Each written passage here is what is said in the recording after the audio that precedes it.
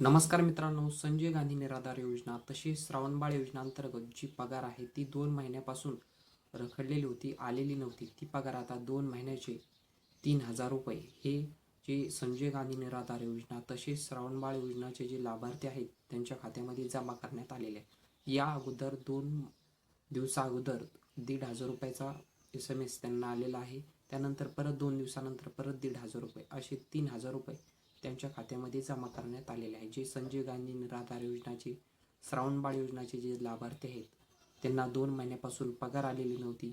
आता ती पगार त्यांच्या खात्यामध्ये जमा करण्यात आलेली आहे. त्यासाठी जर लाभार्थ्यांनी अजूनसुद्धा जे लाभार्थी KYC करायचे बाकी असेल तर त्यांनी आपली सत्यापन ॲपद्वारे जी KYC करण्यात आलेली आहे, जे हयात प्रमाणपत्र आहे ते आपण काढून घ्यावे. स्वतः तुमच्या मोबाईलमधून सुद्धा तुम्ही जे हयात प्रमाणपत्र आहे शकता. जे संजय गांधी निराधार योजना तसेच श्रावणबाळ योजनाचे लाभार्थी आहेत त्यांना हे हयात प्रमाणपत्र काढणं अतिशय गरजेचं आहे. त्यानंतरच त्यांची पगार आहे, ज्यांना आली नसेल त्यांना ती पगार ही जमा होणार आहे. ही महत्त्वपूर्ण माहिती होती. अशीच महत्त्वपूर्ण व्हिडिओ आपल्या चॅनलवर येत असतात.